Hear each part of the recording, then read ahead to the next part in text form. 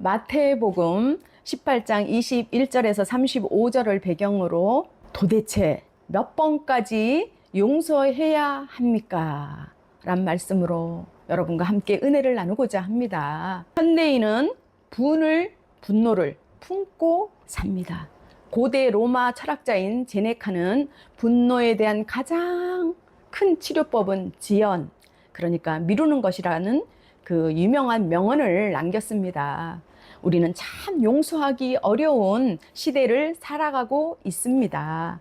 예전에는 누가 나에게 서운한 말을 좀 하면은 그 말이 가시로 다가오면은 내가 스스로 그냥 가시를 뽑든지, 또 시간이 지나면은 꼭 아물고 조금씩 잊혀져 갑니다. 그런데 요즘은 어떻습니까? 또 그 한 줄 문자 그 하나, SNS에 올라온 글 하나가 마음에 오래도록 남아 있습니다. 깊이 사무칩니다. 심지어 읽고도 답장을 안 할 경우에는 이거 뭐야, 나를 무시하나? 이렇게 싶기도 하고, 말투에 느낌표 거기 하나만 없어도 괜히 서운합니다. 네, 얼굴과 얼굴을 맞대고 대면하여서 대화를, 그 사람의 심정을, 몸짓을, 표정을 보고 하지 않기 때문인 것도 하나의 이유 중에 하나입니다. 더군다나 요즘은 내 감정과 권리를 중요하게 생각하는 그런 시대입니다. 내가 왜 참아야 돼? 잘못한 것도 없는데 말이야. 더 이상은 못 참아. 내가 먼저 사과해? 아이고, 상처를 받았는데 굳이 용서해야 돼? 이런 생각이 자연스럽게 올라옵니다. 네, 여러분이 정말 누군가에게 정말 잘해줬다고 생각해 보세요. 힘들 때마다 챙겨주고, 또 시간을 내서 찾아가 위로해주고 도닥여주고, 또한 물질과 여러 가지로 섬겼다고 생각해 보세요. 그런데 어느 날 그 사람이 뒤에서 나를 험담하거나 또 오해하거나 나에게 비수를 꽂는 말을 할 경우에 그것을 알고 나서 어떨까요? 내가 너한테 어떻게 했는데, 와, 정말 기가 막히다. 이런 순간 배신감이 올라옵니다. 또 어떤 사람은 열심히 일을 했는데요, 자기의 공로는 다 사라지게 하고 다른 사람이 다 가져갑니다. 오히려 자신이 잘못한 사람처럼 이렇게 나타나고 억울한 말을 들을 때도 있습니다. 여러분, 집에 돌아와서 어떻습니까? 계속 그 장면이 떠올라 삭혀지지를 않는 거예요. 계속 머물고, 그러면 어떻게 잠도 못 자죠. 먹지도 못하죠. 더 힘든 사람에게 더 가중해서 짓누르는 것이 바로 미움이죠. 그것이 자리 잡게 됩니다. 한 번이 아니라 두 번, 세 번 반복해서 받은 상처는 더합니다. 처음에는 참습니다. 두 번에도 이해하려고 노력합니다. 그런데 세 번째가 되면은 속으로 이런 말이 절로 나옵니다. 아니, 이건 도저히 못 참겠어. 아니, 나를 바보로 하는 거야? 도대체 뭐야? 그러니 용서가 어려운 것은 단순히 우리가 해서만이 아닙니다. 마음에 박힌 상처가 너무 아프기 때문이죠. 가시에 찔리면 어떻게 해요? 이런 데 찔리면 얼굴도 아프고, 손에 찔리면 손이 아픕니다. 내 다리에 찔리면 다리가 아픕니다. 몸에 상처가 나면 그것이 막 파고들듯이 아프잖아요. 쓰리고 아프죠. 그런데 가장 무서운 가시는 뭐라고 생각하십니까, 여러분? 언어, 바로 말입니다. 그런데 가장 아픈 곳은 마음입니다. 너무나 아파서 잠도 못 자죠. 네, 계속 아픔으로 매몰되어서 미움이란 그 단어가 중첩해서 영혼 깊숙이 파고드는 것입니다. 마음의 상처가 깊을수록 어떻게 합니까? 용서합니다. 이렇게 쉽게 말이 나옵니까? 나오지를 않습니다. 주님을 정말 잘 믿는 사람일수록 용서하지 못하고 있는 자기 때문에 더 힘듭니다. 자기 자신 때문에. 세상 사람이라면 내가 뭘 용서를 해. 너한테 베푼 게 얼만데, 해준 게 어딘데, 도저히 용납할 수 없어. 내가 복수해 줄 거야. 눈에는 눈, 이에는 이. 맞아, 구약에 나오더라. 그것처럼 그렇게 갚아줄 거야. 이렇게 쉽게 이야기하고 판단하고 결정을 합니다. 그리고 실행을 합니다. 그런데 믿음이 있는 사람은 어떻습니까? 마음이 더 괴롭죠. 쓰라리고 아픈데 어떻게 합니까? 나는 예수 믿는 사람인데 왜 아직도 저 사람이 미울까? 기도하면 자꾸 떠오르니까요. 양심의 가책을 느끼니까. 용서해야 한다는데, 그것을 아는데 내 마음이 왜 이렇게 안 풀릴까? 고민을 합니다. 말씀대로 살아야 하는데 왜 이렇게 나는 아직도 이렇게 아플까? 라고 말을 합니다.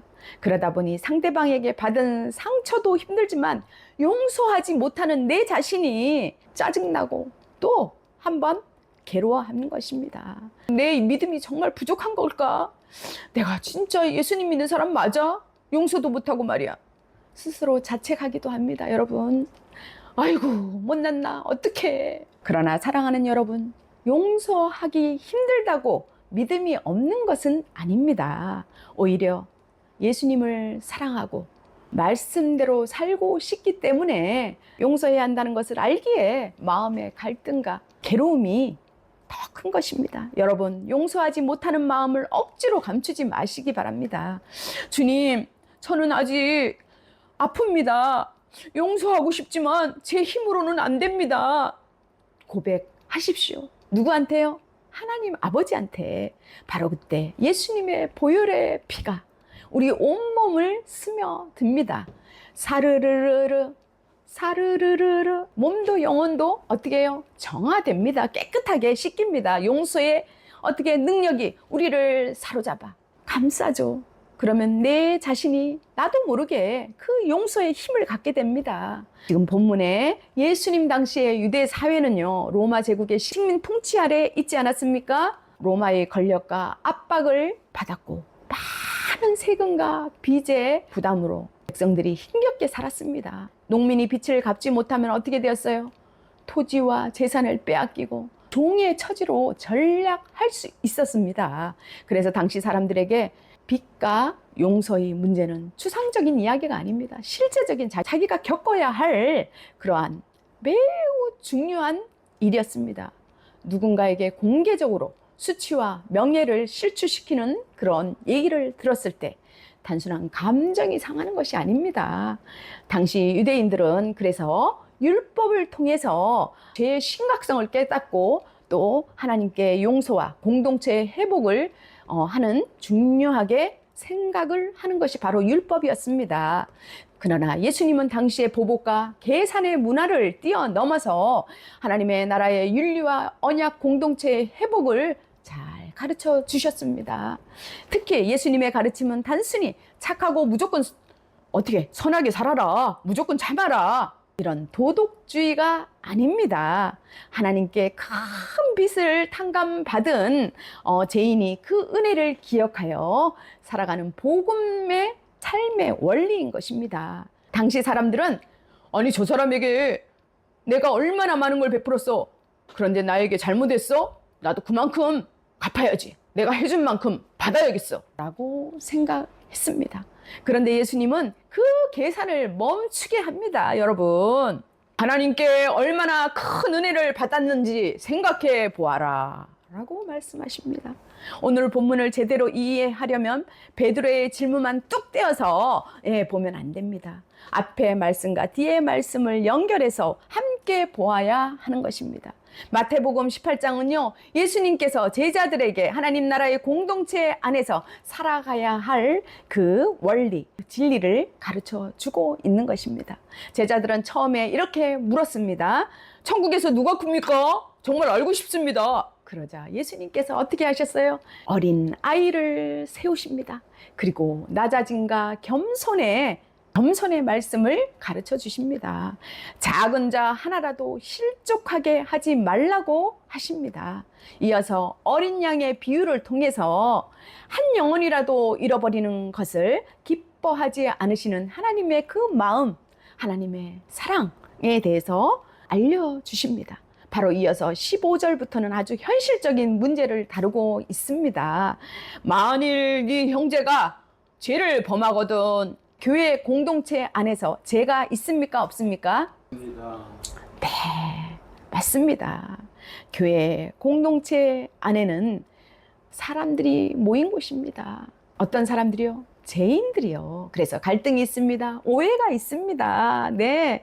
그리고 무엇이 있습니까? 상처가 있는 것입니다. 누가 나에게 잘못 오해를 할 수가 있고 또한 가시로 찌를 수가 있습니다. 또한 모함을 할 수도 있습니다. 나에게 잘못된 말을 할 수도 있습니다. 내가 믿었던 사람이 뒤에서 다른 말을 할 수도 있습니다. 여러분, 같이 신앙하던 사람이 너무나도 웃기는 역설적인 정말 생각지도 못한 표현을 나에게 던질 때도 있습니다. 의인들이 모인 장소가 아니라 바로 죄인들이 모인 공동체이기 때문인 것입니다. 그러면 우리는 어떻게 합니까? 보통 다른 사람에게 말을 합니다. 아니, 누구한테 말을 안 하려고 했는데 말이야. 여러분, 그 말이 시작되잖아요. 바로 무엇입니까? 그 뜻이 너에게만 얘기를 하는데 말이야, 이 뜻입니다. 그 순간에 벌써 10명에게 전해지는 것입니다. 네, 10명은 알고 있다고 봐야 합니다. 그러나 예수님은 말씀하십니다. 그 사람과 단둘이 만나 조용히 잘못을 이야기해 주어라. 예수님의 목적은 상대방을 혼내는 것이 아닙니다. 정죄하고 또한 내쫓는 것이 아닙니다. 그 형제를 마구마구 질타하면서 손가락질을 하는 것이 아닙니다. 그 형제를 얻는 것, 바로 회복하는 것입니다. 이것이 하나님 나라의 공동체의 원리인 것입니다. 그런데 베드로가 이 말씀을 듣고 있었던 것입니다. 아마 베드로의 머릿속에는요, 이런 생각이 점점 들었던 것 같습니다. 주님, 찾아가서 이야기했습니다. 잘못했다고 하면 받아주고 용서하라고 하시는데, 그런데 또 잘못하면요? 또 찾아가야 합니까? 또 이야기해야 합니까? 또 용서해야 합니까? 그러다 보니 궁금해진 것입니다. 주님, 도대체 몇 번까지 용서해야 하는 것입니까? 라고 예수님께 묻습니다. 주님, 형제가 내게 죄를 범하면 몇 번이나 용서하여 주면 됩니까? 7번까지 하면 됩니까? 생각해 보십시오. 한 번은 참을 수 있습니다. 2번도 이해할 수 있죠. 그런데 같은 사람이 또 잘못했어. 이번에도 넘어가야지. 그런데 또 합니다. 그러면 우리는 어떻게 해요? 슬슬 마음속으로 계산하기 시작합니다. 잠깐, 이게 벌써 몇 번째야? 아니, 이제 횟수를 오버했네. 도저히 못 참아. 이것이 나의 한계야. 막 이러면서, 베드로도 그랬을 것입니다.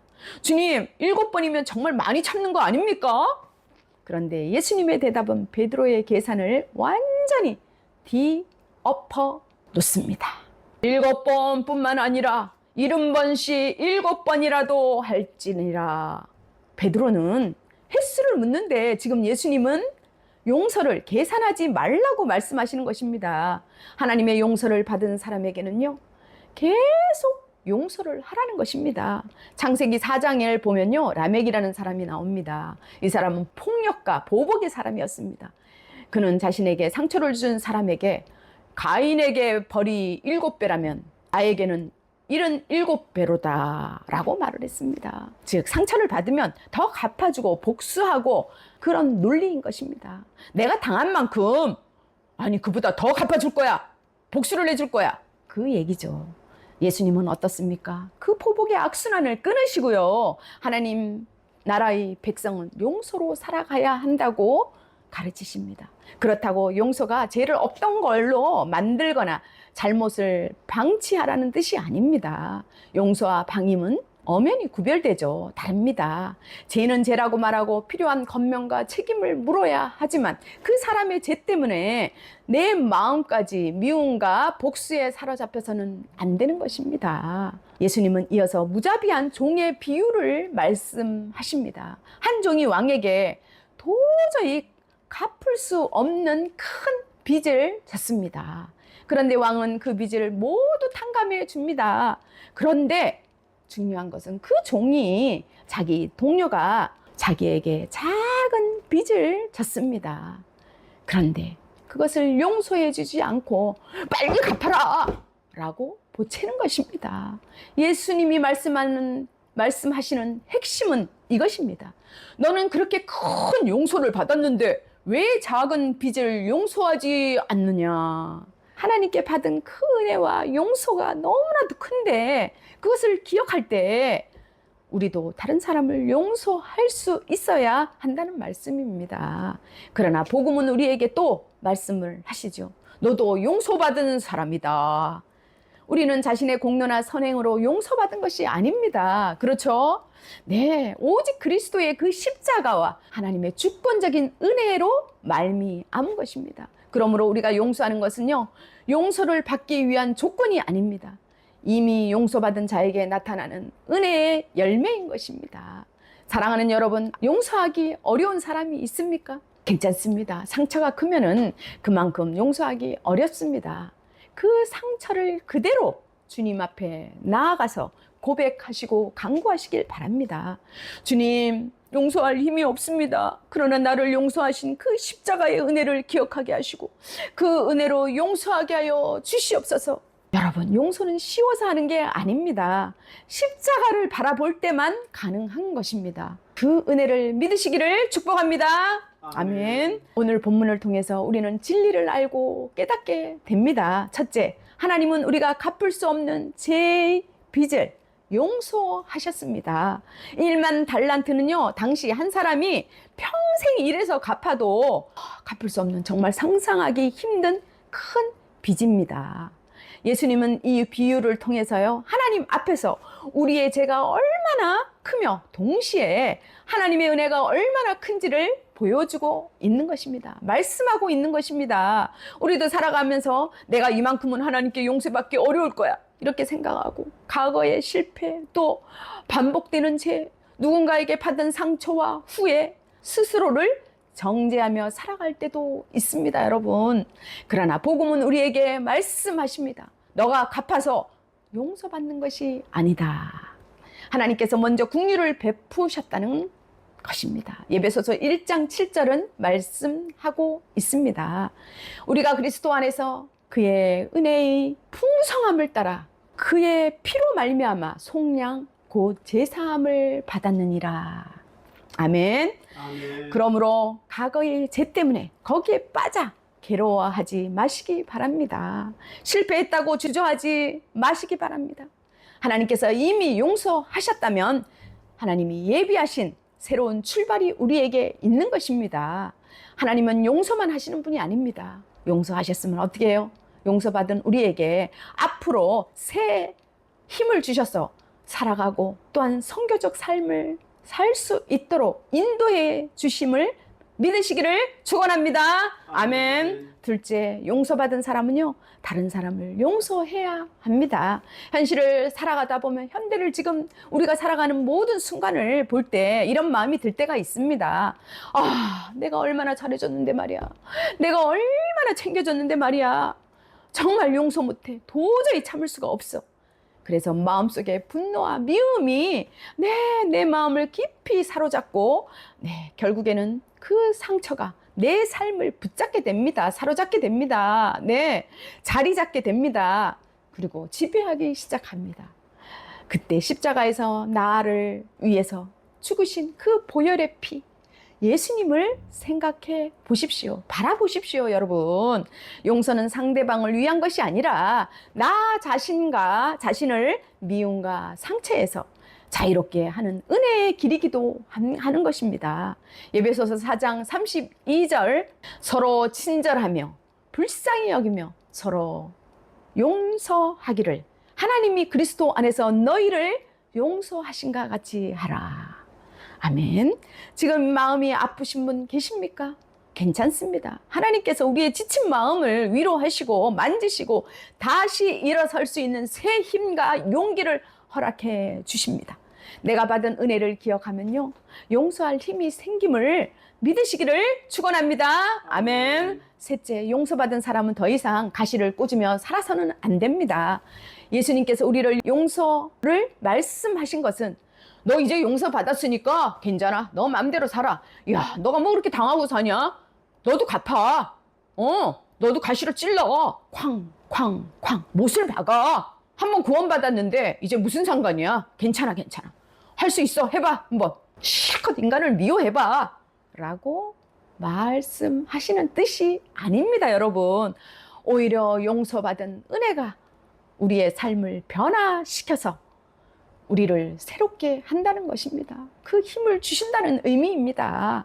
내가 상처를 받았다고 다른 사람에게 또 상처를 주고 나도 당했으니까 너도 당해봐 하면서 살아간다면 복음의 은혜를 잊어버리는 인생인 것입니다. 잠언 17장 13절 보면 누구든지 악으로 선을 갚으면 악이 그 집을 떠나지 아니하리라. 이 말씀은요, 내게 선을 베푼 사람에게 악으로 갚지 말라는 뜻입니다. 받은 은혜를 악으로 되갚으면요, 결국 그 악이 다른 사람뿐 아니라 나 자신의 삶과 관계까지 무너뜨릴 수 있다는 것입니다. 여러분, 은혜를 받은 사람은 가시를 꽂는 사람이 아니라 어떻게 해요? 찾아가서 가시를 뽑아주는 그런 하나님의 사람인 것입니다. 하나님의 마음을 품은 사람입니다. 하나님의 사랑을 간직하고 사는 사람인 것입니다. 여러분, 내가 받은 용서를 기억하고 더 이상 다른 사람의 마음에 상처를 남기는 사람이 아니라 사랑과 은혜를 흘러보내는 성교적인 사람, 하나님의 그 사랑을 기억하며 사는 사람, 용서받는 성도의 삶으로 살아가시기를 축원합니다. 아멘. 넷째, 용서는 복음을 살아내는 삶이라는 사실입니다. 용서는 감정이 아닙니다, 여러분. 은혜를 기억하는 믿음의 결단인 것입니다. 마음이 다 풀려서 용서하는 것이 아닙니다. 아직 아픕니다. 여기저기 상처가, 가시가 꽂혀 있습니다. 이렇게 해서 기도하고 말씀을 보면서 이 가시를 뽑았는데도 불구하고 여기 보니까 울긋불긋하고 이런 말할 수 없이 콕콕 쑤시고 아픕니다. 그럴지라도 하나님께서 어떻게 해요? 나를 먼저 용서하셨다는 사실을 붙들고 내딛는 것입니다. 그 상처를 예수님의 보혈로 씻는 것입니다. 골로새서 3장 13절은 말씀하십니다. 누가 누구에게 불만이 있거든 서로 용납하여 피차 용서하되 주께서 너희를 용서하신 것 같이 너희도 그렇게 하라 라고 말씀하십니다. 오히려 미움과 상처에 붙잡히지 않고 하나님의 은혜를 선택하는 믿음의 용기인 것입니다. 오늘 당장 모든 감정을 내려놓지 못해도 여러분 괜찮습니다. 모든 상처를 어떻게 해요? 주님의 보혈로 닦으면 됩니다. 네, 용서하고 믿음으로 나아가시기를 축원합니다. 아멘. 오늘 말씀을 묵상하며 제가 직접 쓴 용서란 제목의 자작시를 통해 설교를 마무리하겠습니다. 당신을 용서한다면서 여전히 미움의 꽃을 가꾸고 있는 나, 그토록 뾰족한 가시로 아픔을 준 당신, 기억하는 동안 먹먹함이 요동치고 뿌연 안개 잿빛에 뭉개져 버린 나의 가슴 아리,